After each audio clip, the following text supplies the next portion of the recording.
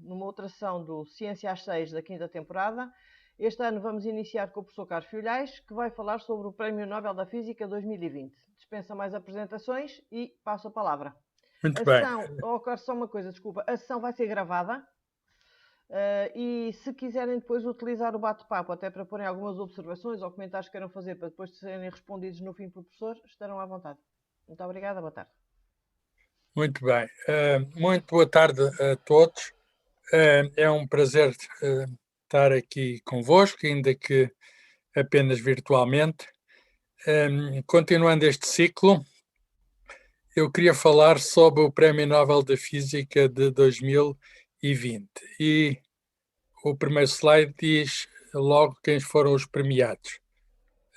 O prémio foi dividido em duas partes. Metade foi atribuído ao físico-matemático britânico Roger Penrose, portanto, um teórico, e a outra metade foi entregue a dois astrofísicos observacionais, usam telescópios para ver o céu, um alemão, Reinhard Genzel, e outra norte-americana, Andrea Ghez. Não podem ser atribuídos a mais que 3 pessoas, faz parte das regras, e eu chamo a atenção para o facto de nós termos Prémio Nobel desde 1901. O primeiro da física foi, portanto, os prémios Nobel começaram com a herança deixada pelo químico e empresário Alfred Nobel, que morreu 5 anos antes, em 1896, e deixou de facto este testamento que havia certas disciplinas em que devia ser reconhecido todos os anos, digamos, o mérito por descobertas feitas, e a física tem atribuído, tal como a química, tal como a fisiologia ou medicina, tal como a literatura, o Prémio Nobel e depois ainda há a paz também. O Prémio Nobel da Economia é um bocadinho especial, apareceu só depois, e tem sido atribuído com algumas interrupções. Houve alguns anos, designadamente os tempos da Segunda Guerra Mundial, em que não foi atribuído, mas tem sido atribuído todos os anos. O primeiro Nobel da Física foi em 1901 e foi atribuído ao alemão Wilhelm Röntgen, o descobridor do raio-x. Tinha visto pela primeira vez o raio-x no final do século XIX e não demorou muito a ser distinguido com esta medalha, a medalha Nobel, uma medalha de ouro, e há uma importante soma em dinheiro que atualmente são cerca de 8,5 milhões de coroas suecas. Para saber quanto é em euros é só fazer as contas. Não é difícil. Ora bem,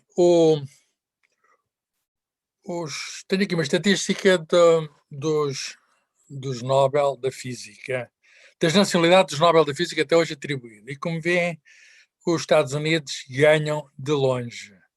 Este crescimento dos Estados Unidos deu-se muito em particular a partir do final da Segunda Guerra Mundial e deu-se também devido à deslocação de muitos cientistas que estavam na Europa para os Estados Unidos. Como veem, este ano continuou a ser atribuído a uma cientista americana, neste caso uma cientista, e em segundo lugar, reparem, em segundo lugar temos a grande distância a Alemanha, em terceiro lugar o Reino Unido, e os 3 Nobel da Física correspondem precisamente aos 3 primeiros países, portanto foram recompensados os países que já costumam ser recompensados. Portanto, do ponto de vista de nacionalidades, não houve novidade nenhuma, segue-se a França, a Rússia, a Holanda, mas, como veem, há uma diferença considerável. No que respeita aos assuntos pelos quais o Nobel foi atribuído, o Nobel deste ano, ou do último ano, de 2020, foi atribuído à astronomia, à astrofísica, à cosmologia, é uma área que com este já foi atribuído o Nobel 11 vezes. Claro que é mais pessoas, porque por vezes, como foi o caso, é atribuída a mais que uma pessoa. 11 vezes. Não é a área maioritária.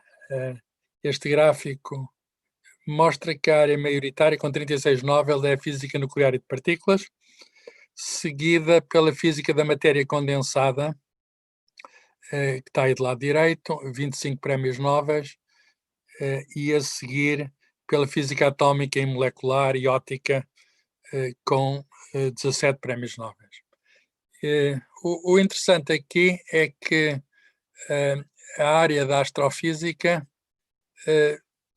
este gráfico tem o último ano em 2018 lá em cima.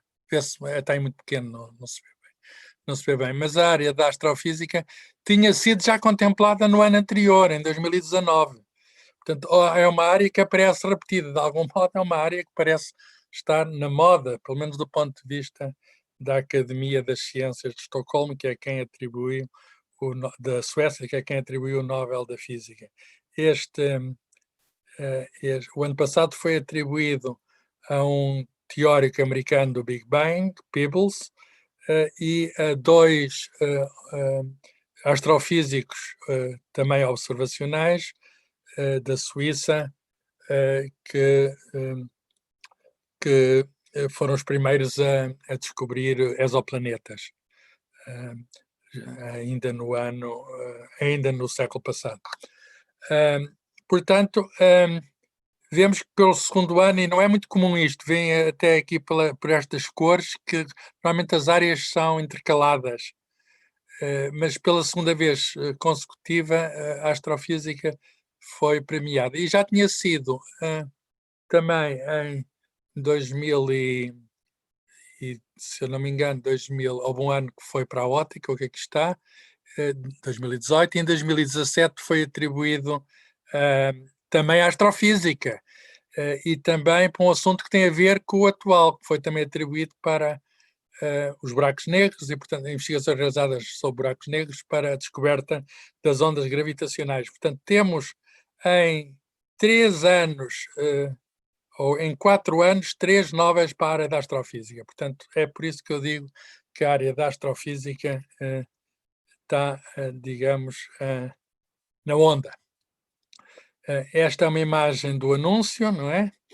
Em 6 de outubro de 2020, eu assisti em direto, costumo assistir sempre em direto, aliás, como qualquer pessoa pode assistir, e é sempre uma surpresa. Nunca sabemos quem é que vai ser prémio Nobel. Claro que há as mais variadas especulações, mas normalmente trata-se de um segredo muito bem guardado, até porque normalmente são consultados os físicos, há comunidades diferentes, são consultados todos os anos, e a carta dessa consulta diz expressamente que deve haver o segredo absoluto. A pessoa nem deve poder dizer aos seus colegas que recebeu aquela consulta e que fez sugestões para prémio Nobel. E, portanto, isto está envolto no maior secretismo, e eu diria que era impossível prever qual teria sido. Claro que há apostas, claro que há previsões, especulações, mas era muito difícil prever. Aliás, sendo em poucos anos, mais uma vez, a astrofísica, eu diria que isso tornava ainda mais difícil a previsão. De qualquer modo, ao contrário do que se passa em disciplinas ou em áreas como literatura ou a paz, normalmente não há controvérsia no Prémio Nobel da Física ou da Química. Porquê? Porque pode-se discutir se deve ser antes, se deve ser depois, mas os trabalhos, não há controvérsia sobre. Pode discutir se falta uma pessoa, se não falta outra pessoa, mas os trabalhos normalmente são trabalhos que merecem o Prémio Nobel, como é o caso, como vou tentar explicar, do Prémio Nobel de 2020. Porquê é que este prémio foi então atribuído? O Comitê Nobel faz uma menção, e a menção normalmente é redigida com todo o cuidado, porque fica para a memória futura, e portanto está aqui entre aspas, em inglês, Roger Penrose, pela descoberta que a formação de buracos negros é uma previsão robusta da teoria da relatividade geral de Einstein. Portanto, ele é basicamente um matemático e conseguiu, no ano de 1965, provar um teorema que diz que, sob condições que são bastante gerais, a teoria da relatividade geral leva ao aparecimento de buracos negros que são, enfim, usando uma linguagem matemática, singularidades do espaço e do tempo. De algum modo, sítios onde o espaço e o tempo acabam, de uma maneira mais simples. Por outro lado, e relacionado com buracos negros, os outros dois astrofísicos, Reinhard Genzel e Andrea Ghez, foram premiados pela descoberta de um objeto compacto supermaciço no centro da nossa galáxia. Este objeto compacto supermaciço é um buraco negro gigantesco. Eles foram esfiando duas equipas rivais, fizeram o mesmo tipo de trabalho e as conclusões foram as mesmas, usando telescópios diferentes, chegaram aos mesmos resultados, que o centro da nossa galáxia era ocupado por um gigantesco buraco negro. Quando eu digo gigantesco, tem, de acordo com as observações que eles fizeram, concluíram que são 4 milhões de massas do Sol. 4 milhões de massas do Sol. Eu chamo a atenção para o facto de haver muito poucas mulheres que foram laureadas Nobel na área da física. Noutras disciplinas, na química, na medicina, é um bocadinho melhor, mas não muito melhor. Mas, de facto, há aqui uma grande injustiça e há muitas acusações que são feitas ao Comitê Nobel de não premiarem mulheres. De facto, a última mulher a ser premiada foi a quarta.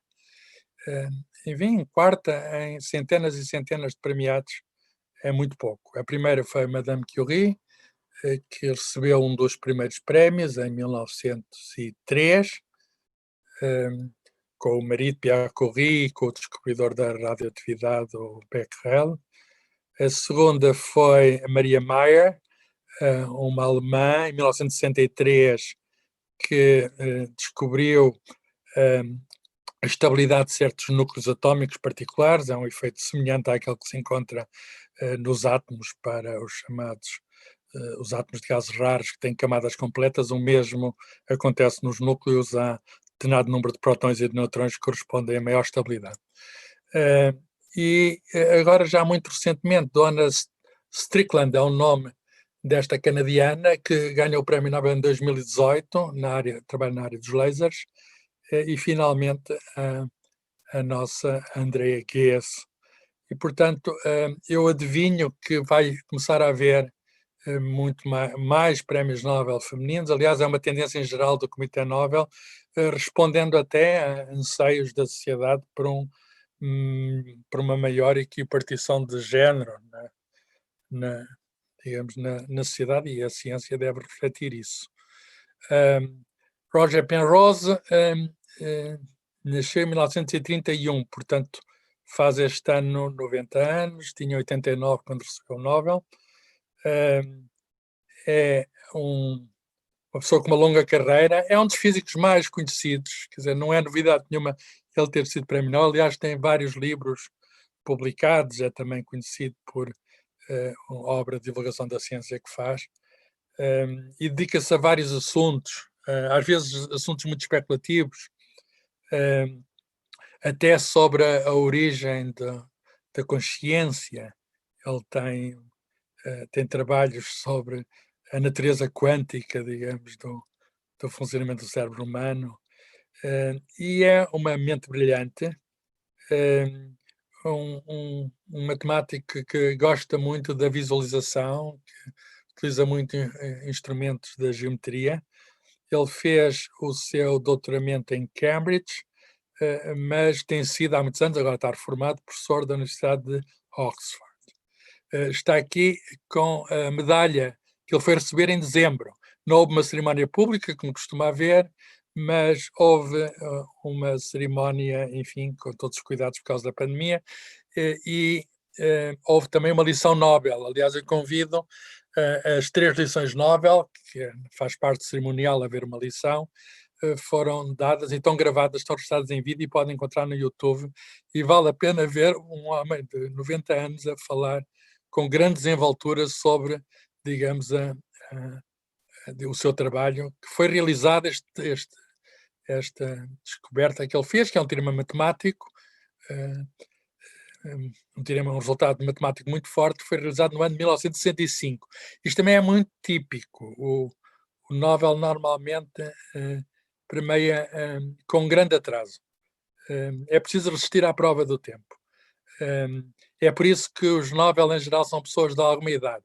Há exceções, claro. A exceção mais conhecida na física ocorreu com um físico de raio-x, duas pessoas da família Bragg, que há um pai e um filho Bragg, e o pai trabalhava com o filho, e o filho até tem uma relação com a Universidade de Coimbra, e é curioso que ele ganhou o Prémio Nobel aos 25 anos. É uma coisa absolutamente extraordinária na física, ganhar o Prémio Nobel aos 25 anos. Nunca mais se voltou a repetir. Os outros dois são um pouco mais novos. Reinhard Genzel nasceu em 1952, portanto deve estar a atingir, enfim, se a reforma lá na Alemanha, se for aos 7 anos, deve estar lá quase. Fez o doutoramento em Bonn e tem atualmente uma posição dupla. É diretor do Max Planck para Física Extraterrestre em Garching, perto de Munique, na Baviera, e tem também uma posição professor da Universidade de Califórnia, Berkeley. Uma pessoa da audiência agora estava a falar comigo que vai para Berkeley e estamos a comentar que era a Alvira Quilapês, que é quem eu já convidei para vir dar uma palestra. Estamos a comentar que em Berkeley é muito abundante, os Nobel são muito abundantes, portanto é muito fácil encontrar um Nobel na rua.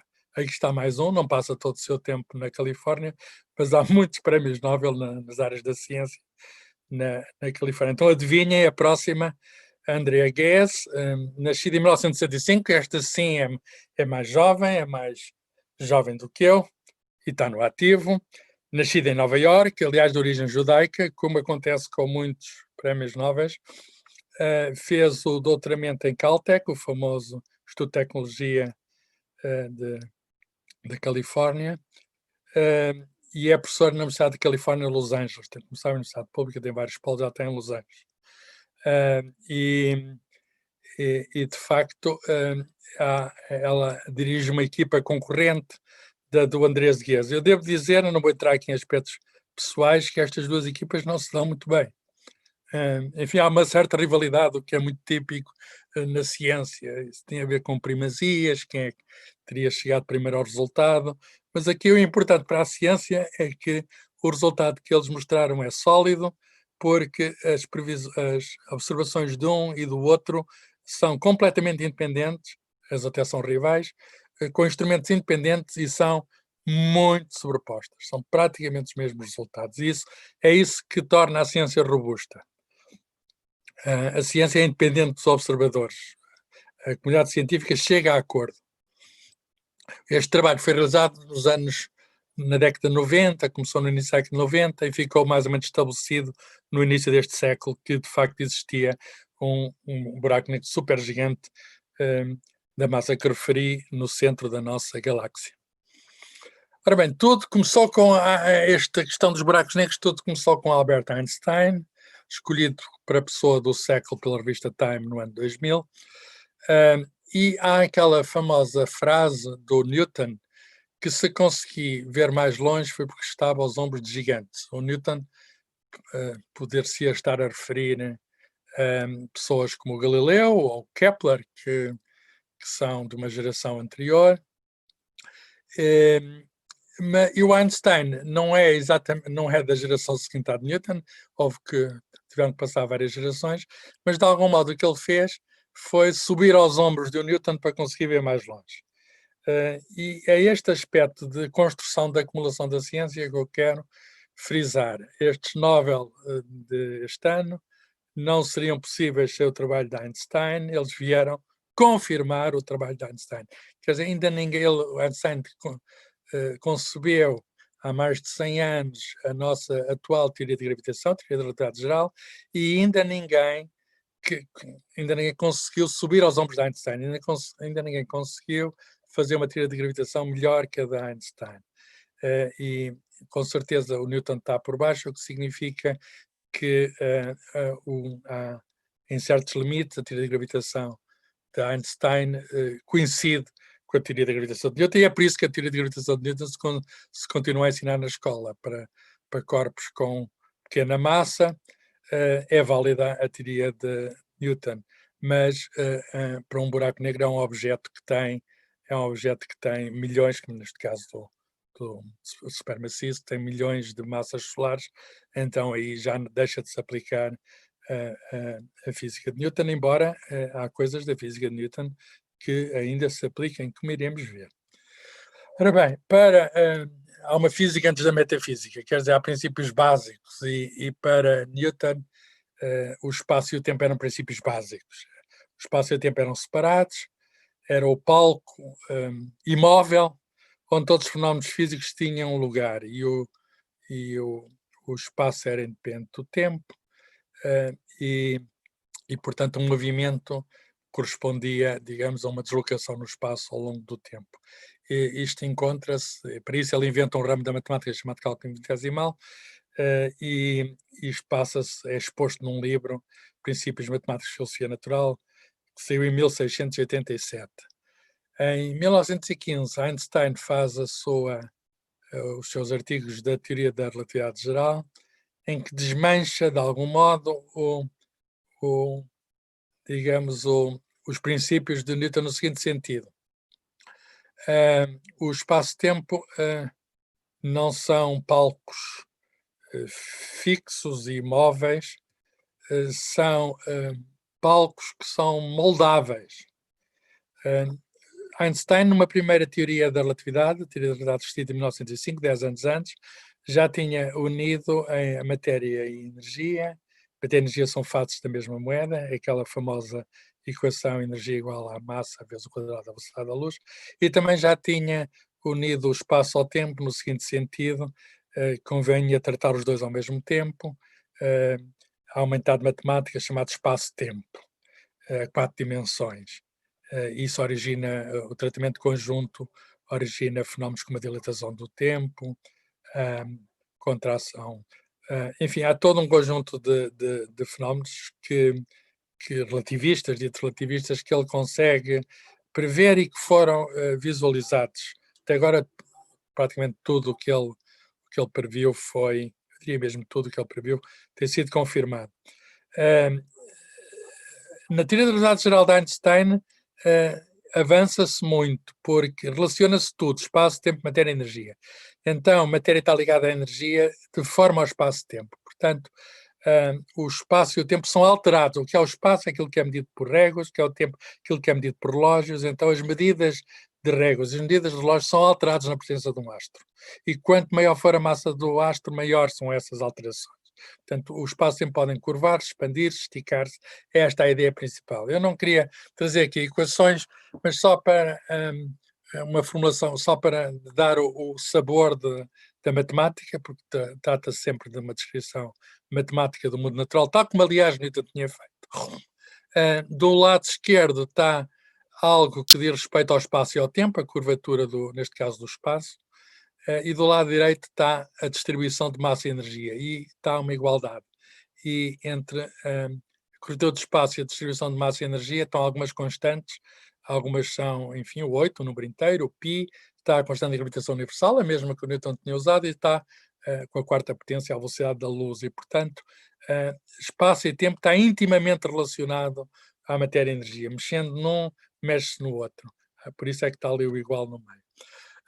E, enfim, em esquema, uma estrela deforma o espaço à volta e deforma também o tempo à volta. Se a estrela for mais pesada, mais densa, no caso de uma estrela de neutrões, essa deformação é maior. Se for ainda mais pesada, é o caso do buraco negro, a deformação é ainda maior, a deformação é extrema, há aquilo que se chama um colapso do espaço e do tempo. Rasa completamente o espaço e o tempo. Esta teoria teve várias confirmações. Uma delas foi a observação do eclipse feito na Ilha do Príncipe, que era então uma colónia portuguesa. Está mal, evidentemente, a data, porque foi em 1919, em 2019, comemoraram-se os 100 anos. Comemoraram-se os 100 anos dessa observação, que foi feita por uma expedição britânica, chefiada por Arthur Eddington, e o que ele viu, e outra equipa em paralelo no Brasil, o que ele viu foi que estrelas que estavam por trás do Sol durante o eclipse não eram vistas nas mesmas posições, o que significa que os seus raios eram encurvados na passagem perto do Sol, e eram encurvados precisamente porque o espaço, a geometria do espaço era alterada devido à presença do disco solar. Ora bem, houve um longo caminho desde 1915 de Einstein para até aos buracos negros. A primeira intuição da existência desta singularidade, deste abismo do espaço e do tempo, veio de um matemático alemão, Schwarzschild, que havia de morrer, que esteve na frente russa, havia de morrer novo, estamos no tempo da Primeira Guerra Mundial, e ele matematicamente faz uma solução para uma situação simétrica, esfericamente simétrica das equações de Einstein, e reconhece que existe, digamos, existe um valor particular de um raio, que é o chamado raio de Schwarzschild, já vamos ver melhor o significado disto, que tem a ver com a massa de um corpo. Massa, está aqui, raio de Schwarzschild, é o dobro do produto da constante de gravitação universal pela massa do corpo, dividido pelo quadrado da velocidade da luz. Como o G maiúsculo, constante de gravitação universal, e a velocidade da luz são constantes, o que aqui diz é que há um raio que é proporcional à massa do objeto. E ele, nas suas equações, encontrou, digamos, um significado especial para este raio. Nós já vamos ver, é o chamado horizonte cósmico. Horizonte do buraco negro é o sítio para além do qual não há retorno. Quer dizer, é como se o buraco negro fosse um poço e para além deste raio cai-se no poço. Portanto, isto é o raio do buraco negro. Einstein não acreditou, negou a realidade dos buracos negros, em particular por se tratar de uma solução num caso muito esquemático, num caso simples. Ele disse que se houvesse uma perturbação, essa singularidade desapareceria, etc. O que é certo é que houve outros teóricos e a situação mudou, principalmente a partir dos anos 60, já depois da morte de Einstein. Ele morre em 1955, com a detecção de objetos misteriosos, chamados quasares, que estão nos confins do universo, que hoje nós tomamos como buracos negros supergigantes. Na altura ninguém conseguia explicar, e também com a observação de buracos negros que são um dos parceiros de uma estrela binária. Vemos uma estrela, não vemos a segunda estrela por ser negra, mas vemos o efeito que ela tem sobre a primeira, porque é como se uma estrela fosse comida pela segunda, e isso deixa traços inequívocos de raio-x, a atração da matéria de uma estrela pela outra. Começou a ser visto nos anos 1961, houve uma controvérsia se era ou não um buraco negro, e hoje não há dúvidas que se tratam de buracos negros. E hoje há mais evidências para a existência de buracos negros, como iremos ver. Ora bem, então, algo muito simples. Dito de uma maneira, digamos, que eu acho que se percebe. Os buracos negros representam a vitória final da gravidade, quer dizer, é o sítio do cosmos onde a gravidade é a senhora absoluta. Entrado lá dentro, nada pode sair. Um buraco negro é negro porque a gravidade é tão forte que a luz não consegue escapar de lá. A luz encurva-se violentamente, porque o espaço e o tempo encurvam-se violentamente, a luz vai ao longo da geometria, mas do percurso mais curto na geometria. Mas a geometria é totalmente deformada e a luz fica totalmente deformada.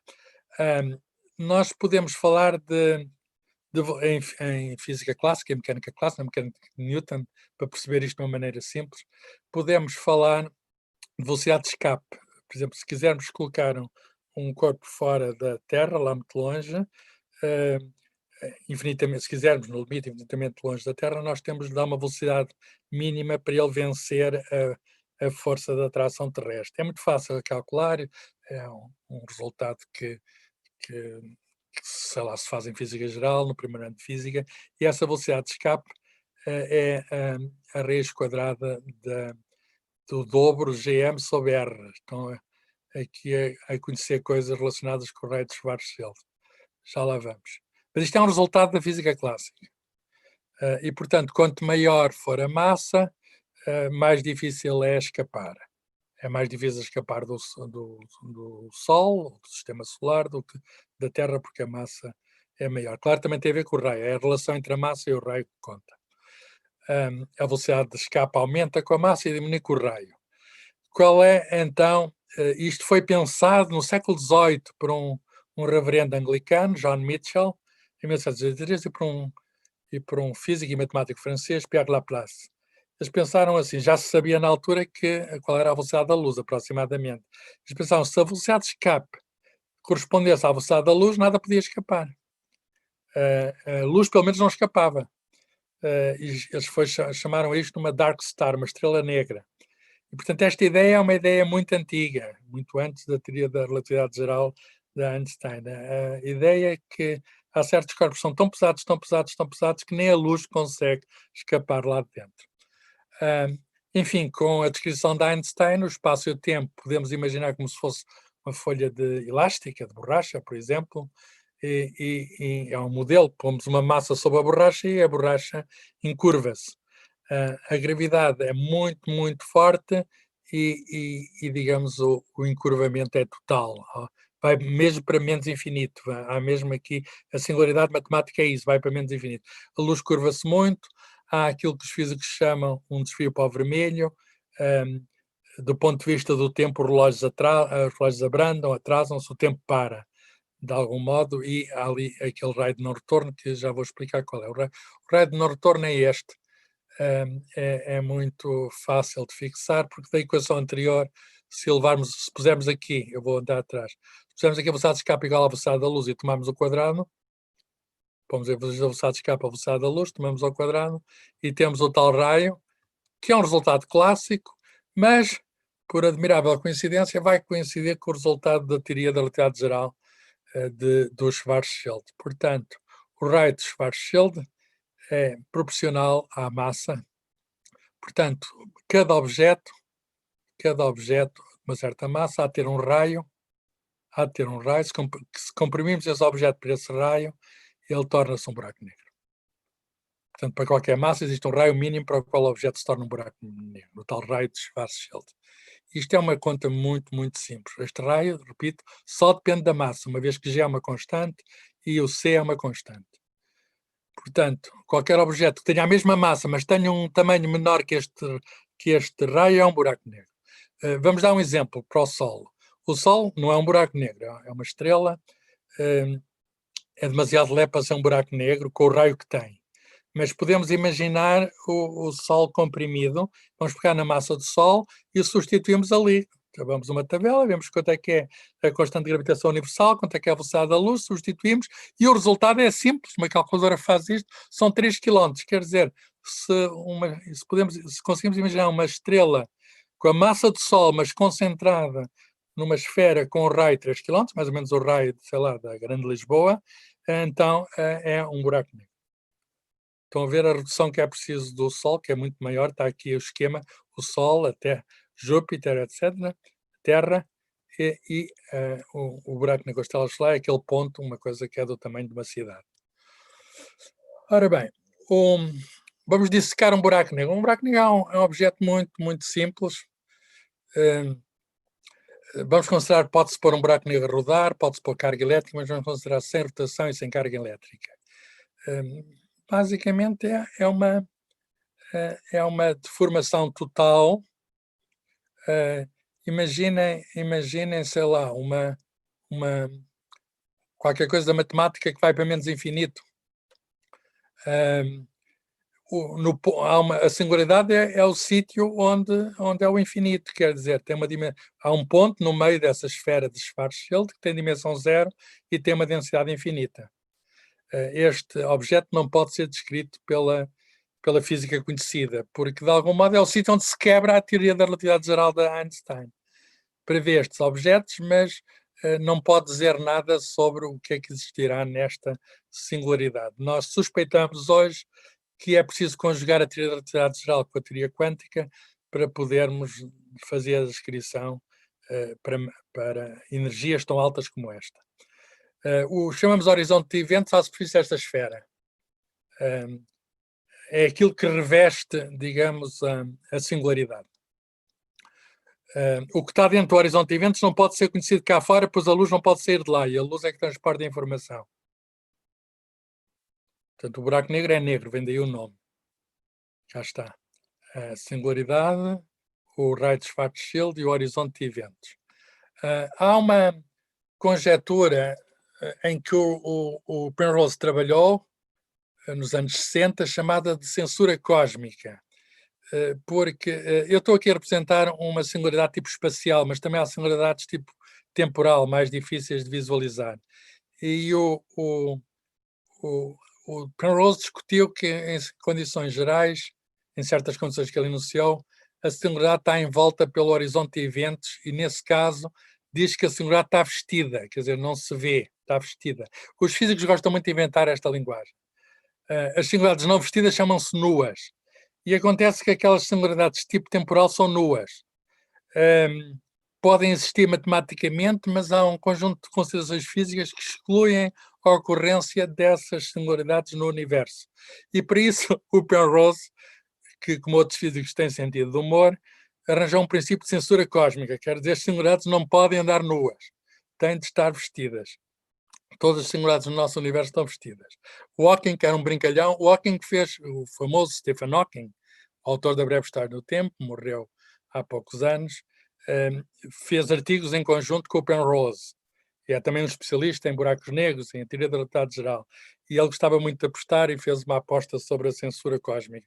Insistiu. Cá está o Penrose, agora tem 90 anos, mas já foi mais novo, e cá está, digamos, o quadro que ele enche de giz para mostrar os seus cones de luz. Está aqui uma cópia do artigo original. Reparem, isto foi 18 de janeiro de 1965, uma revista das mais importantes na física, Physical Review Letters, e o esquema que ele aqui está montado, se repararem, no eixo vertical está o tempo, no eixo horizontal está o espaço, aqui está só uma dimensão, mas é muito curioso, ele pôs o G igual a 1 e o C igual a 1, é tudo para simplificar, e cá está digamos, o horizonte de eventos, e a partir de certa altura, digamos, há o ponto de, ao longo do tempo, há um colapso aqui de uma nuvem, se quisermos, de gás, e a partir de certa altura há o ponto de não retorno, e no meio está a singularidade.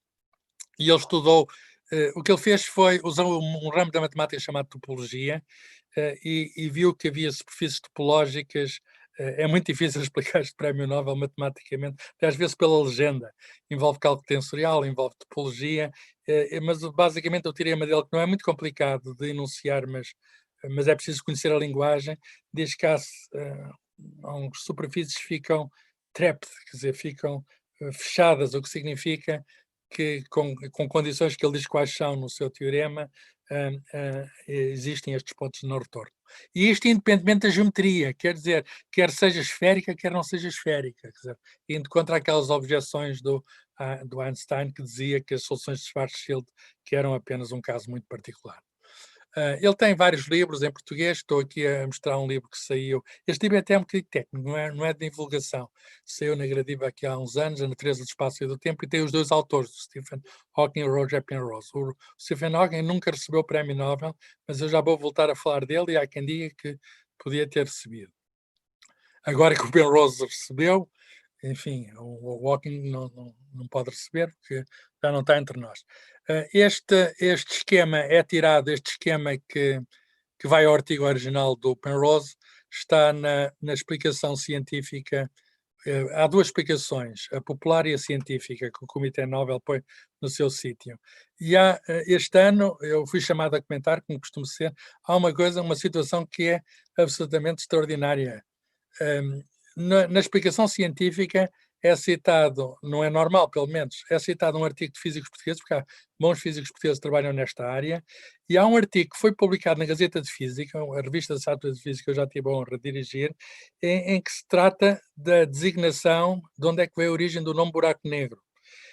E os autores desse artigo traduziram o artigo em inglês e publicaram num arquivo de revista. E não é que o Comitê Nobel cita a versão inglesa do artigo da Gazeta da Física.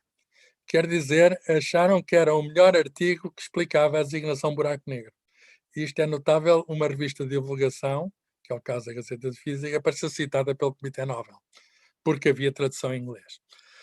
Ora bem, avançando na história dos buracos negros, em 1969, um físico muito conhecido, porque foi o responsável científico do projeto Manhattan, Robert Oppenheimer, e um aluno seu, Arthur Snyder, foram os primeiros a considerar a possibilidade física e não apenas matemática disto ocorrer, quer dizer, de uma nuvem de gás esférica colapsar, devido à atração da gravidade e formar-se uma zona confinada, uma zona de não retorno, não poder sair. Nos anos 60, há um físico neozelandês que está vivo, Roy Kerr, que muito velho, mas está vivo, resolveu as equações como o Schwarzschild tinha feito, mas neste caso para um objeto em rotação. E a coisa é mais complicada. Em 1963 são descobertos os quasares, objetos quase escalares, que na altura não sabia o que eram, absolutamente misteriosos, mas nós acreditamos hoje que são objetos distantes, são dos objetos que estão mais longe de nós. Nós acreditamos que são núcleos ativos de galáxias, e tal como no interior da nossa galáxia há um buraco super gigante, há um buraco negro enorme, nestes objetos longínquos são também núcleos ativos de galáxias. Ativo significa que há acreção. Acreção significa que há massas estelares a caírem sobre aquele buraco negro, tornando ainda maior. O que significa, este é o processo de maior produção energética que há do universo. Produz muito mais energia que uma estrela pelo processo termonuclear. A força gravitacional é capaz de produzir mais energia do que as forças nucleares forças nuclear forte, que são responsáveis pelas reações de fusão. Em 1961 foi identificado um objeto chamado Cygnus X1 como um candidato a buraco negro num sistema de estrelas binário, em que uma estrela era sugada pela outra. Isto foi muito controverso, mas hoje não parecem existir dúvidas, é mesmo um buraco negro. Esta é uma imagem do primeiro casaco que foi descoberto, mas agora visto com o HST, que é o Hubble Space Telescope, portanto visto muito maior, de uma maneira muito melhor do que se via. Isto é uma fonte de energia poderosíssima e constitui ainda um objeto de discussão hoje. Como é que se dá esta acreção? Como é que são estes núcleos galácticos ativos? A bem, detecção de buracos negros. Então, como é que se isto passou da teoria para a prática? Teve de melhorar a astronomia observacional, para mostrar que aquilo de facto não era uma ideia de loucos, não era uma ideia apenas, digamos, especulativa, e hoje não temos dúvidas que há buracos negros, quer aqueles super buracos negros do Sol ou de outras galáxias. Nós até acreditamos que a maior parte das galáxias tem super buracos negros super gigantes no centro, portanto eles estão por todo lado, e a prova provada da existência de buracos negros foi em 2016, recompensado pelo Nobel da Física imediatamente em 2017, quando foram descobertas ondas gravitacionais, que a única possibilidade de emissão dessas ondas foram descobertas pela primeira vez, foi a colisão de buracos negros. Dois buracos negros a orbitar um em relação ao outro, juntam-se num só, e dessa junção, dessa fusão, é emitido um sinal. Portanto, é uma perturbação do espaço e do tempo, embora muito longe de nós, chega até nós, e nós temos tecnologia suficiente para detectar isso. Em 2019, e muitos de nós estamos lembrados disso, foi mostrada uma fotografia feita por uma rede de radiotelescópios de um buraco negro no centro de uma galáxia. A galáxia já mostro primeiro a detecção de dois sinais de ondas gravitacionais, feito com duas instalações, dois observatórios diferentes, muito longe um do outro, porque aquilo é um tramelique muito pequenino e tem de estar sincronizado com o outro tramelique para ter uma origem extraterrestre, e os dois sinais coincidem. Se ajustarmos o tempo, coincide exatamente, ou praticamente de uma maneira exata. E esta é a primeira fotografia. Vamos chamar a fotografia, embora isto demore algum tempo de exposição, e para já não é luz visível, é tirado com ondas de rádio e exige vários instrumentos. Esta fotografia, mas depois pinta-se isto, pode-se pintar da cor que se quer, e esta está na galáxia de número 87 do catálogo Messier, M87. Já se sabia que desde os anos 70 que aqui devia existir um buraco negro supermaciço, foi muito batido, mas esta é uma fotografia que mostra, estamos a ver no meio, o buraco negro muito grande. Portanto, estamos a ver que há buracos negros de dois tipos: aqueles supermaciços no coração das galáxias, e outros mais pequenos que foram encontrados em estrelas binárias. No caso das estrelas binárias, o princípio está aqui, isto é o Cygnus X1. Há duas estrelas, aliás, a maior parte das estrelas são binárias, o nosso Sol é uma exceção. E, portanto, duas estrelas que andam à volta uma da outra, e o que aqui está é uma estrela que é visível, e o material dela está muito próxima da outra, está a ser puxado para o buraco negro. E este movimento de matéria carregada emite raio-x, e há uma emissão muito forte de raio-x que nós detectamos com detectores de raio-x que estão em órbita em satélites. Isto, claro, que é uma visão artística, mas isto já não é uma visão artística, embora possa estar pintado em cores. É uma imagem de um satélite da NASA de raio-x, em que vê a fonte de raio-x muito intensa. E este sistema, há muitos sistemas como este, formados por um buraco negro e por uma estrela visível. Não vemos o companheiro, não vemos o buraco negro diretamente, mas vemos-lo indiretamente. Para mostrar aqui a escala, estão mais ou menos, isto é pouco maior do que a distância do Sol a Mercúrio. Portanto, são estrelas bastante próximas, e por isso é que uma é puxada pela outra. Quando isto foi debatido, o Stephen Hawking e o Kip Thorne havia de ganhar o prémio Nobel com as ondas gravitacionais, é o teórico das ondas gravitacionais. Fizeram uma aposta muito engraçada, em que o Stephen Hawking diz que, como toda a sua vida tinha estado em relatividade geral, ele apostava que aquilo não era um buraco negro de facto. E o Kip Thorne diz que não, que aquilo era um buraco negro. Eles apostaram apenas uma revista, baseado uma revistas, perguntaram, o Stephen Hawking perdeu e pagou a assinatura da revista, perguntaram ao Stephen Hawking porque é que ele tinha apostado. Ele diz, então eu investi toda a minha vida, tenho investido toda a minha vida nos buracos negros, se aquilo não for verdade, se não existir o buraco negro, ao menos se ganho uma revista para ler. E, entretanto, com grande sentido de humor, ele disse isto. Cá está Stephen Hawking, morreu em 2018, e eu talvez possa dizer algo sobre a contribuição que o Hawking deu para os buracos negros. Primeira coisa, ele generalizou o resultado do Penrose, aplicando num negro, mas buraco branco cosmológico, que é o Big Bang. Ele fez um teorema parecido de singularidade, mas não para algo que desaparece, mas para algo que aparece. Mas talvez o resultado mais interessante feito pelo Hawking foi o facto de ele ter tentado aplicar a termodinâmica, que é a física clássica, aos buracos negros. A questão é muito simples. Se o objeto tem matéria e energia, então, ou energia, porque as soluções mais simples é só energia. Se tem energia, então deve ter entropia. Se cair mais algo lá dentro, a entropia aumenta. Então a questão é como é que vamos interpretar a segunda lei da termodinâmica para isto, e ele achou que a entropia devia ser medida pela área total daquela esfera de Schwarzschild. A área é a entropia do buraco negro. Porquê? Porque nunca pode diminuir. Se cair mais coisas, torna maior a massa e, portanto, aumentando a massa, aumenta aquele raio de Schwarzschild, e, portanto, o quadrado do raio dá uma medida da área. E, portanto, esta é a segunda lei da termodinâmica aplicada aos buracos negros. Se dois buracos negros se juntarem, a soma das duas áreas vai ser sempre maior.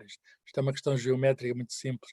Duas áreas a soma das duas áreas nunca pode dar dois círculos que, se for juntar, nunca pode dar um círculo de área mais pequena. Portanto, o Hawking concluiu: se um buraco negro tem entropia, também tem temperatura. Isto é termodinâmica simples. E se tem temperatura, então tem de emitir radiação. Chama-se isto de radiação de Hawking, o resultado é de 1974. Esta temperatura é inversamente proporcional, mas de forma muito simples, inversamente proporcional ao raio de Schwarzschild. Portanto, quanto mais pequeno for, maior é a temperatura. Portanto, os buracos negros muito pequenos são muito quentes, e os buracos negros muito grandes, supermaciços, são muito frios.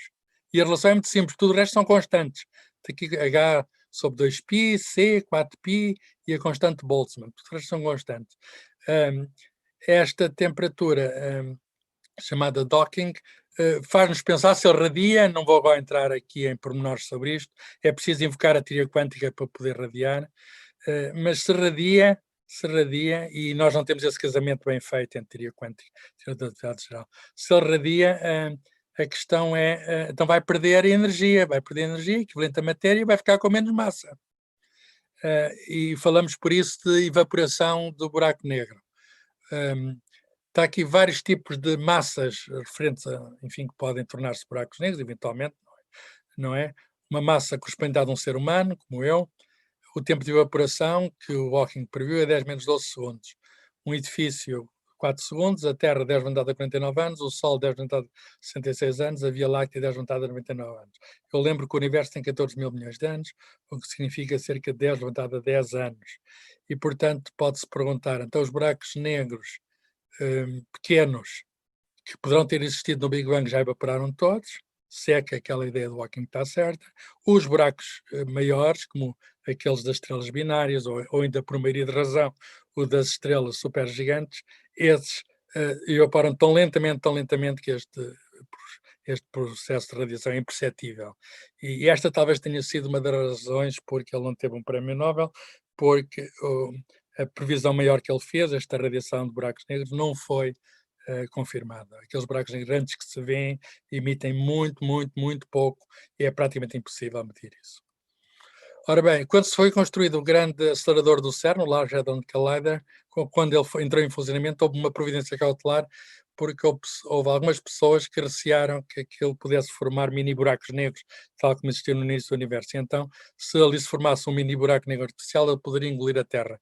O juiz chamou os físicos, e os físicos explicaram que havia raios cósmicos com velocidades também, partículas com velocidades como as da luz, que batem todos os dias na alta atmosfera, com situações tão energéticas como aquelas que ocorrem no LHC. Portanto, se fosse possível formar esses mini buracos negros, já teria acontecido em colisões cósmicas naturais. Como não aconteceu, dever-se considerar que o processo era seguro e até agora não há notícias de formação de buracos negros no CERN, nem há notícias do fim do mundo.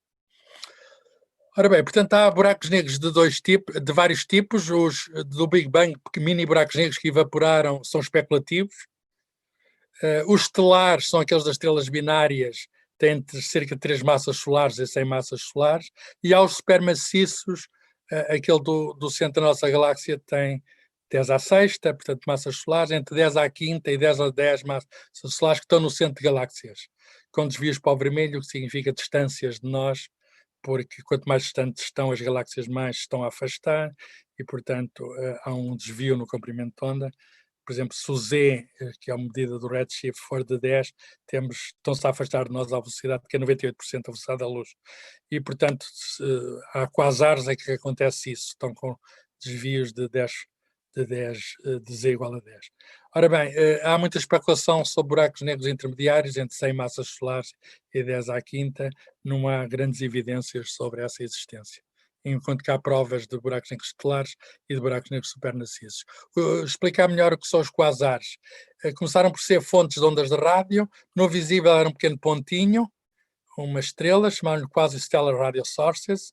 Descobriu-se que estavam muito longe nos confins do universo observável, porque, enfim, como o universo foi há 14 mil milhões de anos, a luz dá 14 mil milhões de anos, está a 14 mil milhões de anos de luz, ou mais, está a cerca de 40 mil milhões de anos de luz por causa da expansão do universo. Porque o espaço é elástico e, portanto, está a aumentar. E então há processos muito energéticos, acreção, matéria a cair lá, canibalismo estelar, se quisermos, causa isto. Portanto, os quasares são núcleos galácticos ativos, produz mais luz esse processo do que toda a galáxia. E eles são o centro da galáxia, não vemos o resto, vemos só o centro.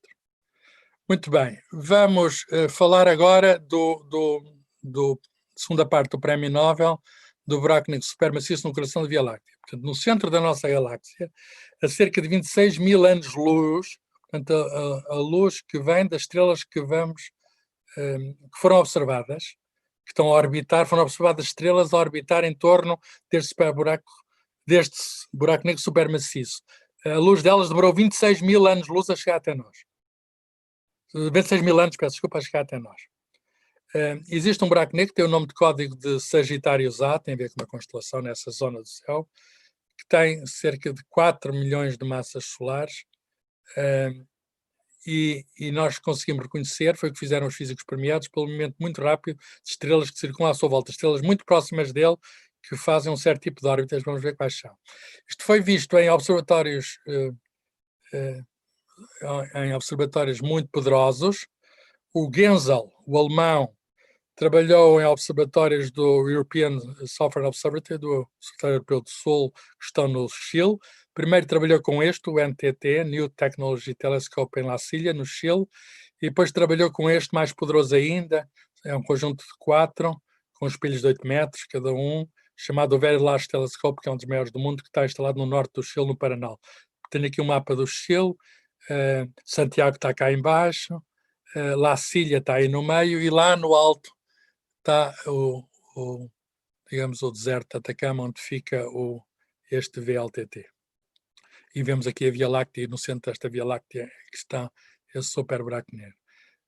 Por outro lado, a americana trabalhou no Havaí, que é um estado americano, como sabe, umas ilhas no meio do Pacífico, e tem este telescópio também é bastante bom, o telescópio de Keck, aqui para lembrar onde é o Havaí.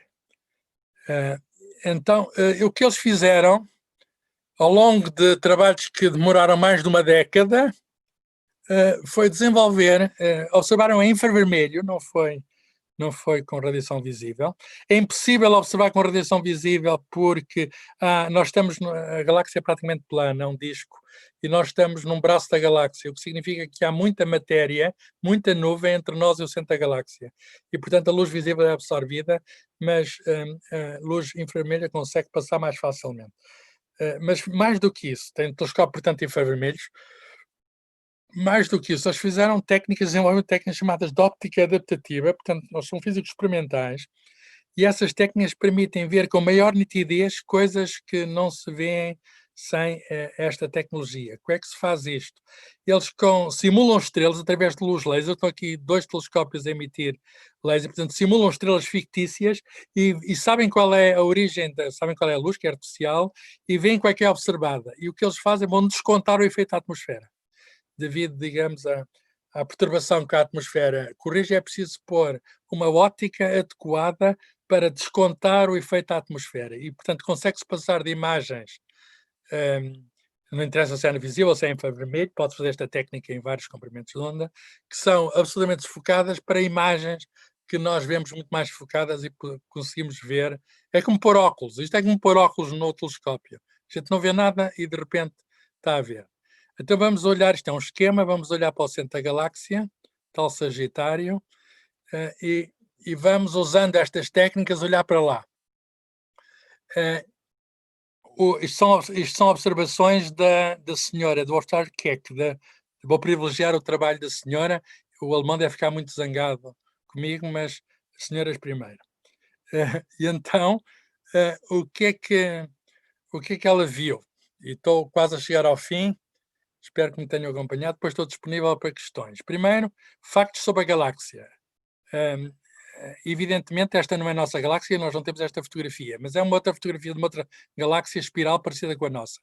Nós, enfim, é como se estivéssemos aqui, num dos braços da galáxia, 26 mil anos-luz do centro, como eu disse. A nossa galáxia tem cerca de 125 mil anos-luz de distância, de diâmetro, inclui 200 a 400 mil milhões de estrelas. Nós calculamos que praticamente todas as estrelas hoje sabemos que têm planetas e, portanto, existem pelo menos 100 mil milhões de planetas, dos quais 500 milhões possivelmente podem ter vida, mas isto é apenas a lei dos grandes números, não é?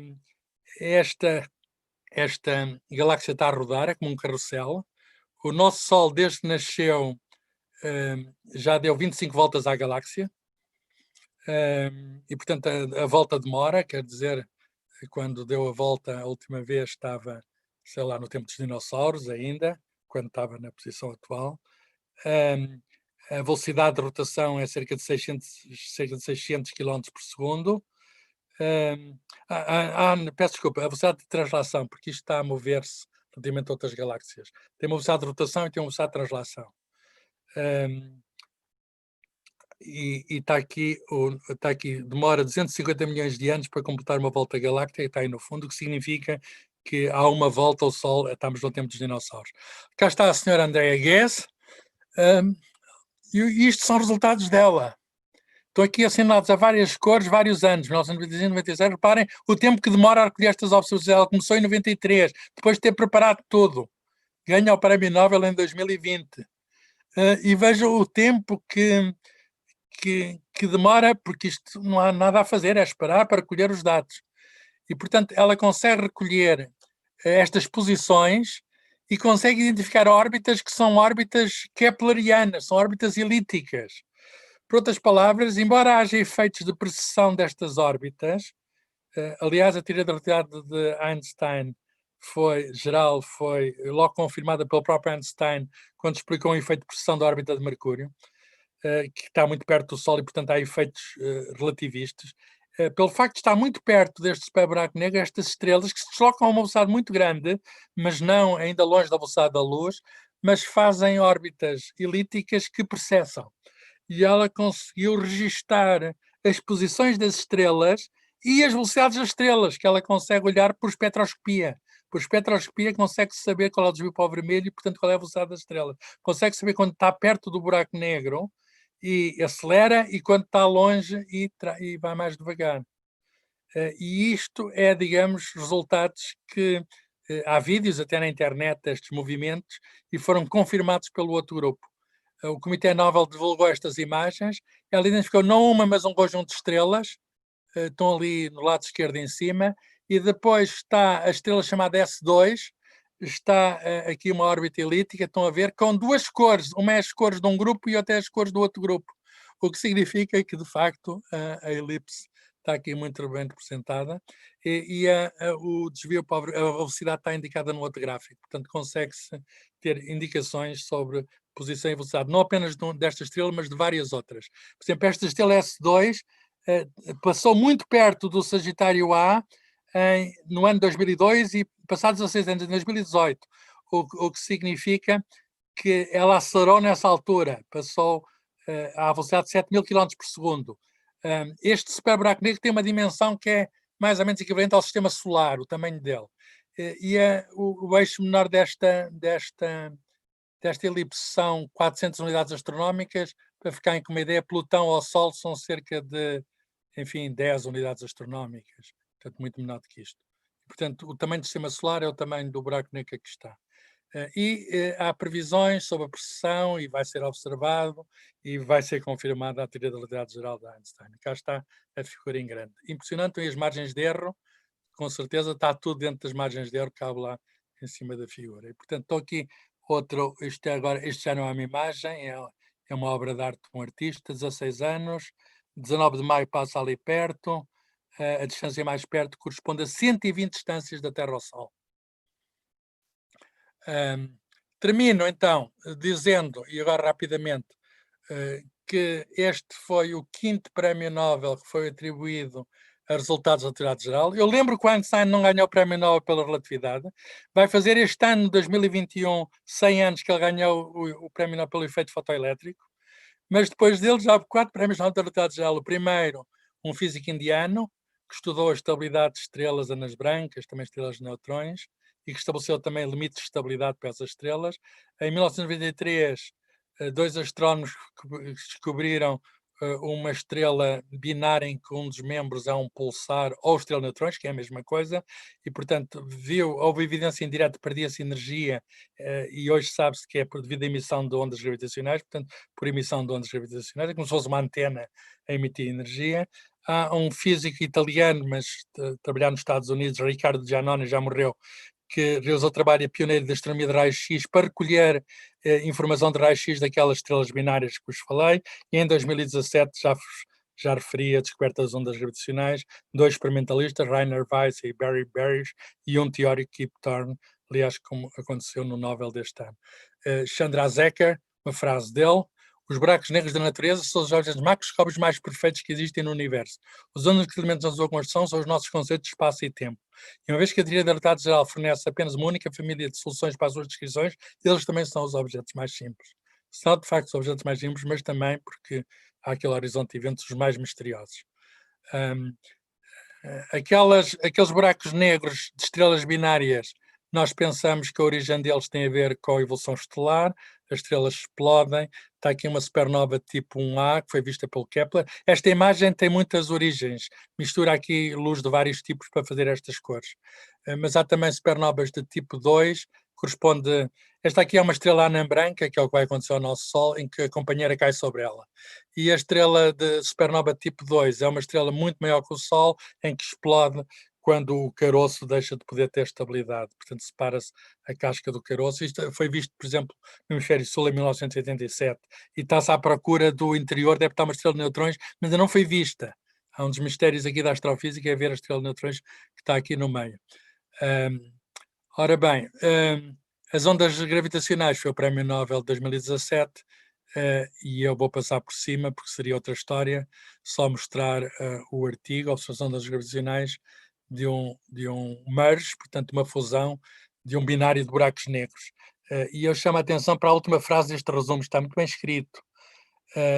As observações demonstram a existência de sistemas de buracos negros, de um sistema binário de buracos negros de massas estelares.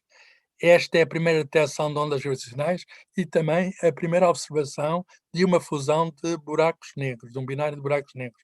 Portanto, estes buracos negros, diz aqui as massas, têm cerca de 36,1 massas solares, ou de 29, e dá um total de 62, e há cerca de 3 massas solares que a energia são emitidas sob a forma de ondas gravitacionais, que não é luz, viaja à velocidade da luz, mas não é luz, é apenas perturbação do espaço-tempo. Eu passo rapidamente isto está.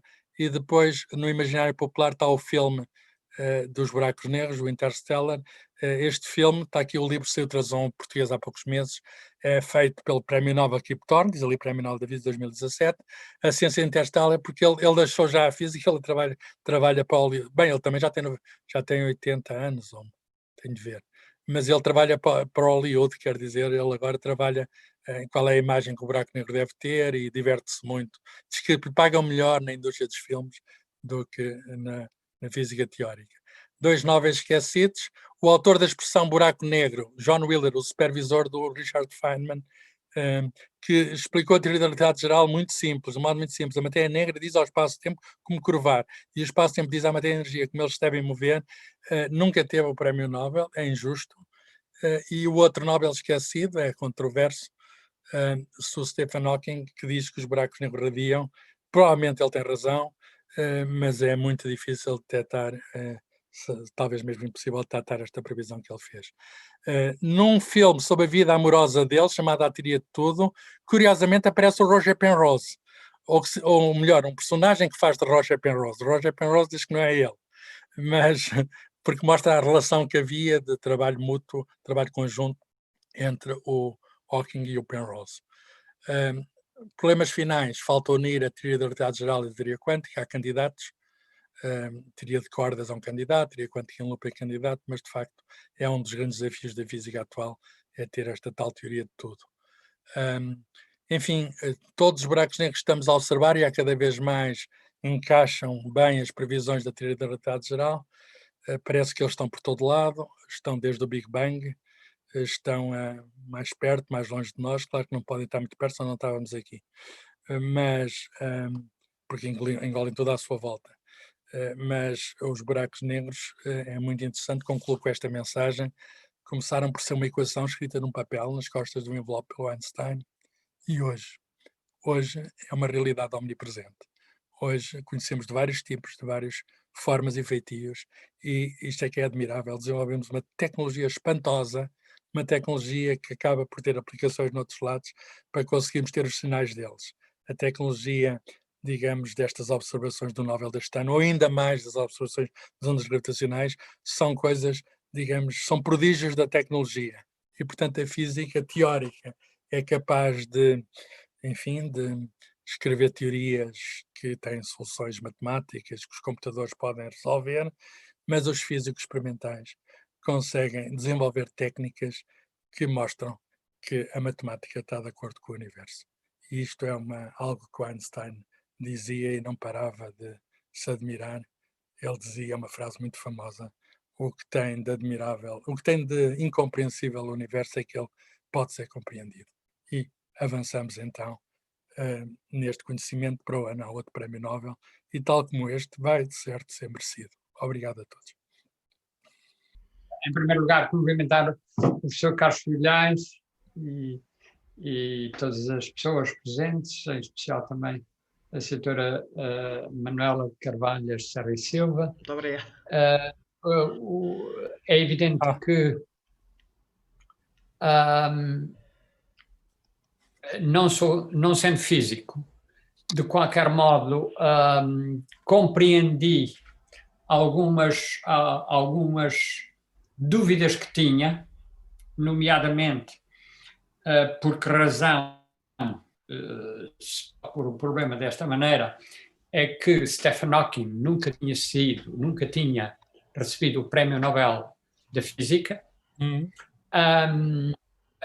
As equações matemáticas, eu aqui há uns anos tentei compreender as equações matemáticas e fiz um esforço, mas fui um bocadinho, dei conta de algumas destas que foram apresentadas hoje, muito bem.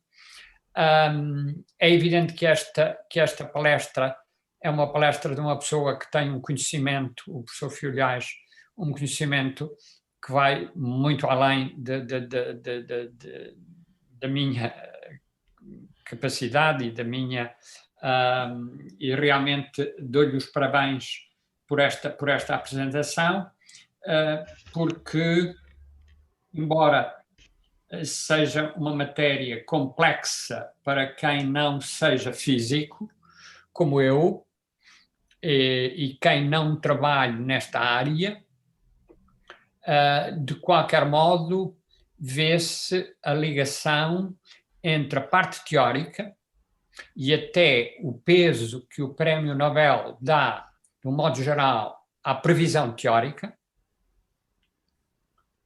quando falou na repartição do Prémio Nobel, e a parte prática de verificação, em que a tecnologia tem avançado muito, tecnologia física, engenharia física tem avançado muito, e isso realmente foi bastante nítido. Portanto, pouco mais tenho a dizer. Os meus parabéns, um abraço ao professor. Obrigado. Dr. Teixeira Dias, eu agradeço muito as palavras sempre amáveis, mas devo dizer que a primeira parte, de facto, é muito difícil de explicar, os teoremas, eu nem tentei, os teoremas do Penrose. Mas a segunda parte pode-se resumir. Houve astrónomos que, com bons telescópios, conseguiram ver o movimento de estrelas lá muito longe, a 26 mil anos de luz, a andar muito depressa à volta de uma coisa que eles não veem o que é, mas descobriram a massa dela. Pelo movimento da estrela, tiraram a massa dela. Exatamente, sim, senhor. Portanto, é como se fosse, digamos, é como se todos, é um bocadinho diferente, mas é como se toda a galáxia fosse um outro sistema solar em que tem aquele centro supermaciço. E aquelas estrelas que estão ali muito perto sentem aquela atração muito forte. Exatamente. Deslocam-se a uma velocidade incrível ali à volta e o prodígio da tecnologia está... Nós estamos dentro do disco da galáxia. Estarem a conseguir espreitar para uma coisa que está no centro, muito longe, e conseguir seguir as estrelas ao longo do tempo. A posição e velocidade. E, portanto, completar as órbitas. Portanto, há órbitas não de planetas, de estrelas. Órbitas de estrelas. Portanto, as estrelas ali andam muito rápido em torno do núcleo da galáxia. E eu acho que isto é relativamente simples de perceber, acho eu. Sim, sem dúvida. Bom, está aqui uma pergunta de Elvira Calapês. Como está a reagir a comunidade científica a estas descobertas? Eu repito aquilo que já disse. Em geral, não há grande controvérsia nos prémios Nobel da Física. Claro que há alguns casos que foram controversos no passado. Eu vou dar um, até porque tem a ver com a exclusão feminina. Eu falei da primeira descoberta de uma estrela de neutrões binária. Aí foram... mas a primeira descoberta de uma estrela de neutrões foi feita por uma estudante de doutoramento inglesa, Jocelyn Bell, que está viva, e deram o prémio Nobel ao supervisor. E não é ela. António Hughes, o nome dele. E isso levanta polémica. Há uma outra mulher que devia ter ganho o prémio Nobel, Lisa Meitner. Deram ao Otto Hahn o prémio por causa da cisão do urânio. E a Lisa Meitner é uma austríaca que trabalhado nisso e que mereceria também. De vez em quando há uma controvérsia, e esta, enfim, torna-se muito forte por causa da exclusão feminina. Há um conceito, de facto, houve e há, mas em geral não há problemas com. A gente sabe que pode haver outras descobertas, mas nós sabemos que há mais anos para a frente.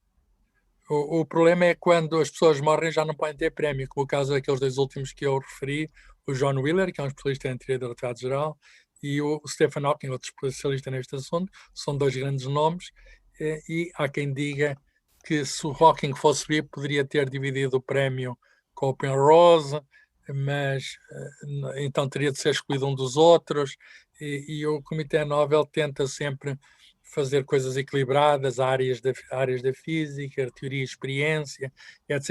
E o equilíbrio não se dá sempre no mesmo ano, o equilíbrio tem de ser visto ao longo dos anos. Mas acho que não há ninguém na física que diga que foi mal atribuído, pelo contrário. Claro, o picante deste prémio Nobel tem a ver com os dois grupos serem rivais. E, portanto, há quem diz que foi primeiro, não é? Publicou primeiro e etc. Mas o que é certo é que, enfim, aqui para o Nobel não interessou a prioridade. Não foram ver a data precisa, até porque o trabalho não é de um dia ou de um mês ou de um ano, é um trabalho ao longo de uma década. Por outras palavras, aqueles para ganharem, enquanto que o European Rose, o teórico, esteve uns meses a pensar e para escrever um artigo de 3 páginas, tal teorema, os outros tiveram de andar mais de 10 anos a observar, em sítios distantes do mundo. É a diferença entre o teórico e o experimentalista. Sobre as mulheres é bastante flagrante, diz a Elvira, o caso da Curie, que não lhe foi permitida a entrada no Senado para o seu nome. Bem, o caso da Madame Curie, no primeiro Nobel, acho que não houve questão, embora, de facto, acho que foi até a primeira vez que houve um Nobel feminino. Foi logo no início, 1903. Mas o problema foi da segunda vez. Ela já era viúva, e há um caso, enfim, hoje já se sabe tudo sobre isso e, portanto, pode-se falar, mas é mesmo um caso, um affaire. Houve uma questão, ela prendeu-se de amores por um seu colega, ela era viúva, mas o colega era casado e pai de filhos. Aliás, o colega esteve em Portugal, é o fulano que fez aquele paradoxo dos gêmeos, Paul Langevin, visitou até Portugal nos anos 30, Lisboa, Porto e Coimbra, fez cá conferências. E tomou-se de amores pelo Paul Langevin, e aquilo caiu na praça pública, e a certa altura os jornais acusaram-na de ser uma estrangeira. Ela tinha vindo da Polónia, estava a destruir lares franceses. Foi a acusação que lhe fizeram. E passou de grande heroína, etc., grande francesa heroína, para alguém. Ela não teve, o romance acabou, mas ela não teve problema nenhum e foi receber o prémio Nobel. Claro que houve depois problema, como a Elvira lembra, numa outra questão, que é a questão da entrada numa instituição científica francesa. Mas, enfim, estamos a falar também de um tempo que não é o de hoje, felizmente que não é o de hoje. Hoje mudou tudo, apesar de haver ainda discriminações, mas ela é contemporânea da nossa Carolina Michaelis, que é a primeira professora universitária em Portugal. É uma alemã que vem para enfim, casa com português no Porto, e que é a primeira professora de filologia em Coimbra, e que, enfim, muito respeitada, com certeza, com uma capacidade enorme, mas que era caso único, era a única pessoa universitária, e foi durante muito tempo. E, portanto, as mulheres foram escolhidas durante muitos anos. Há um caso famoso de uma estudante ou uma colaboradora do David Hilbert. David é um dos grandes matemáticos do século XX, contemporâneo de Einstein, e trabalhou até quase que chegava à teoria da relatividade geral. Trabalhou ao mesmo tempo com Einstein. Aliás, encontrou-se com Einstein nessa época. Teve uma senhora, Amy Noether, que é conhecida pelo teorema de Noether, que ele queria contratar e os colegas não deixaram, e disseram que o problema é que não havia casas de banho para senhoras lá na universidade. E ele respondeu-lhes: mas isto é uma universidade ou é um balneário? O que é certo é que ela teve de ir para outro sítio e teve sempre uma posição inferior. Portanto, há 100 anos era assim, infelizmente. Agora já temos, mas de qualquer modo, temos de reconhecer que é muito pouco haver só 4 mulheres em 100 anos de física. Principalmente agora que a participação delas nos trabalhos científicos é bastante maior do que esta proporção indica. Sem dúvida. Então, na astronomia é notável. Há até filmes sobre mulheres astrónomas e matemáticas que trabalham para a NASA, etc., e cujo trabalho foi simplesmente esquecido ou relegado para segundo lugar. Quer dizer, mas na astrofísica há grandes mulheres, grandes nomes, até contemporâneos. Quer dizer, pode haver outras novas mulheres. Mas também não é por acaso que se diz que por trás de uma grande senhora, por trás de um grande homem está sempre uma grande mulher. Portanto, perguntar quem eram as mulheres destes aqui. Olha, o primeiro, aos 90 anos já casou 2 vezes. Acho que a senhora é professora de matemática, mas acho que até numa escola secundária. Os outros também são casados e têm 2 filhos, cada um deles, o Reinhard Genzel e a Andrea Ghez. Portanto, a Andrea Ghez quer saber mais, pratica natação, enfim, essa ainda está a trabalhar, a Andrea Ghez ainda está a trabalhar. O seu hobby é a natação, faz até umas competições para séniores.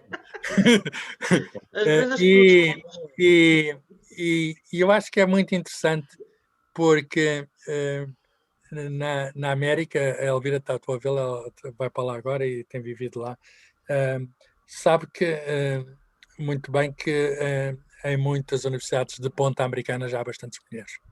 Há muitas cátedras neste momento que foram conquistadas por mulheres, o que significa que havia mesmo um preconceito. Eu posso fazer uma pergunta? Sim, diz.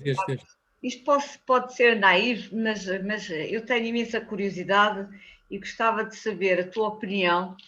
Se tu acreditas que há vida noutras galáxias, se isto é se há probabilidades ou se é plausível ou se, enfim, são só especulações. Sim, vamos lá ver. De te ouvir sobre esse aspecto. Muito bem, então vou dar, não é mais que uma opinião. Eu fiz uma referência aqui quando mostrei o sistema solar, quando mostrei a galáxia, que não era a nossa, é uma imagem de uma parecida com a nossa. Disse que, havendo 200 mil milhões de estrelas ou 300 mil milhões de estrelas na nossa galáxia, e tendo elas praticamente todas planetas, é normal que haja planetas semelhantes à Terra, etc. Portanto, devem existir condições semelhantes às da Terra noutros sítios. Portanto, só a nossa galáxia, não estou a falar de outras, mas nós já encontramos planetas até noutras galáxias. E, portanto, é interessantíssimo. Neste momento, há 4 mil planetas que já foram encontrados desde 1995, que são extrasolares, os tais exoplanetas. Vamos encontrar muito mais, porque nós sabemos hoje que é normal, há um disco que começa a arrefecer, a parte do meio, uma ou 2 partes, pode ser uma estrela simples ou dupla, ou mesmo tripla, é a parte quente, e depois há a parte fria, que são planetas, podem ser rochosos ou gasosos, etc. Portanto, o mais normal é que isso apareça por todo lado. Isso é comum. Uma questão diferente é saber se aquele primeiro organismo que apareceu na Terra, não se sabe como, sob uma síntese orgânica aqui, ou se veio a chamada teoria da panspermia do outro lado, em algum meteorito. O que é certo é que há uma grande unidade da vida na Terra, porque tem todos o mesmo código. O código é o mesmo. Portanto, todos os organismos estão relacionados e isso indica uma origem comum. Isso indica, através da teoria de Darwin, nós sabemos que como é que funciona a biodiversidade, como é que aparece a biodiversidade. São erros de cópia sucessivos, etc. Se estabilizarem na sua relação com o ambiente, dão origem a espécies novas que se adaptam ao ambiente. Se processos deste tipo se dão ou se podem dar, é evidente que podem dar. Se dão noutros sítios, não temos indicação nenhuma.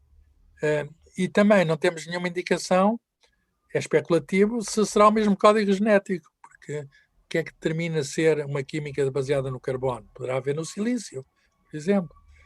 Tem algumas semelhanças. Não fazemos mesmo ideia. Eu diria, enfim, há pessoas hoje que estudam essa questão como é que se chama, da química, no fundo, química fora da Terra, não é? Química orgânica fora da Terra. Por exemplo, é muito interessante andar a ver moléculas orgânicas no espaço interestelar, ou em estrelas, ou em planetas, ou em luas.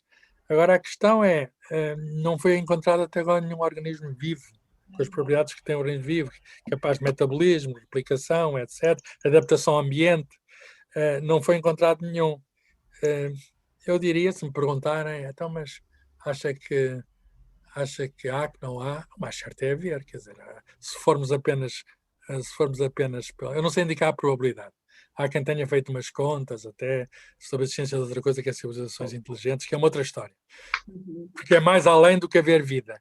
Mas eu direi que vim pensando de um modo muito natural e sem fazer contas, que se há tantos planetas por aí, se alguns são parecidos pela Terra, se aqui aconteceu isto, eu diria que não há nada de especial aqui, que o que aconteceu aqui pode ter acontecido no outro lado, ou pode vir a acontecer. Quer dizer, pode também a vida, a certa altura, daqui ir para o outro lado, eventualmente até com... Enfim, no Sistema Solar hoje já viajamos. Já conseguimos enviar uma nave, ou duas naves, a Voyager, já saíram para fora do Sistema Solar. Mas, enfim, por outras palavras, aquilo tiver algo, e deve ter, se calhar, alguma bactéria, não sei, se eles infectaram aquilo tudo, algum vírus, se for cair em algum lado e a gravidade atrai a matéria, enfim, olha, já está a dar panspermia, quer dizer, agora em sentido inverso, e portanto somos capazes de fazer objetos tecnológicos que muito provavelmente têm algum vestígio de vida e que já saíram daqui. Mas sim, é possível que haja. Provável, eu não sei medir a probabilidade. Okay. Quando a pessoa diz que é provável, está a pensar que a probabilidade é mais de 50%. Mas é muito vago uma pessoa dizer isso. Quer dizer, dizer isso e não dizer nada é a mesma coisa. O universo é tão grande, provavelmente é infinito. O mais certo é não estarmos sozinhos. Okay, eu estou a falar não estarmos sozinhos como vida, porque vida inteligente é outra história. Ok. Obrigada. Nada. Obrigada. Mas a minha opinião vale o que vale. O que é interessante é que isto neste momento, é um assunto científico. Antes era ficção científica. E neste momento é um assunto que não interessa apenas às pessoas comuns, interessa aos cientistas. Há projetos de investigação de bioquímica extraterrestre, por exemplo. Carlos, penso que não haverá mais questões, pelo menos para já. Se alguém quiser, depois até posso pôr os slides no site do Rómulo, e se alguém quiser depois mandar alguma questão, eu tentei fazer uma simplificação, ficaram muitas coisas por dizer, mas espero ter transmitido as ideias básicas de porque é que a Academia Nobel recompensou estes trabalhos. Não podíamos adivinhar que era este ano, mas eu diria que se não fosse este ano, pelo menos o trabalho dos dois chefes dos telescópios, das observações, poderia esperar, porque eles ainda são, do ponto de vista Nobel, são ainda novos.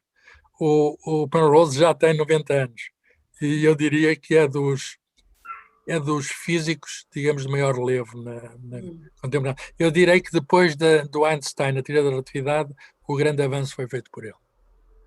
Porque introduziu novas ferramentas para estudar a teoria da relatividade. E é uma mente brilhante, é um muito especulativo, que se mete em muitas coisas. E, por exemplo, tem teorias sobre a existência do mundo antes do mundo, do universo antes do Big Bang, etc. Ele tem uma mente muito fértil. Eu devo dizer, para acabar, já agora vou dizer uma coisa muito interessante. Eu não é impossível ler isto. Ele tem um livro que eu aqui tenho na mão, que é um verdadeiro tijolo. Não sei se veem o tamanho deste livro. Sim. Roger Penrose, conseguem ler? A Road to Reality.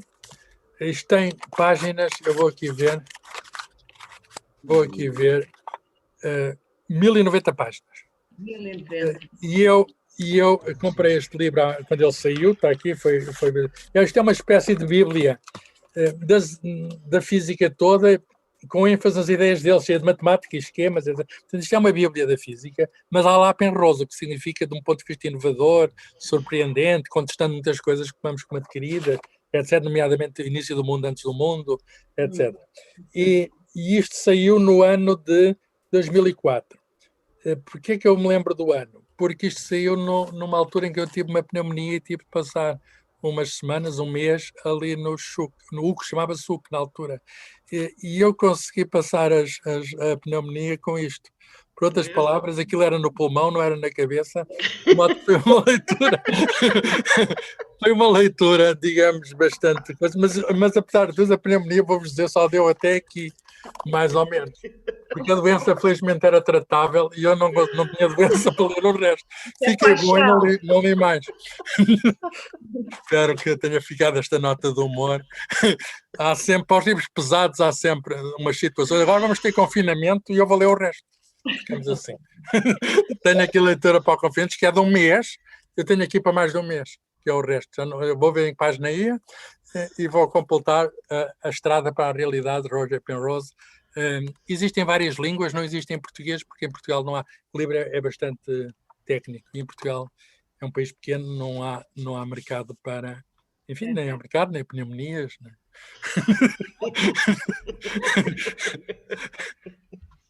Todos bem-ajam. Obrigada. Boa noite. Boa noite a todos. Muito obrigada. Boa noite.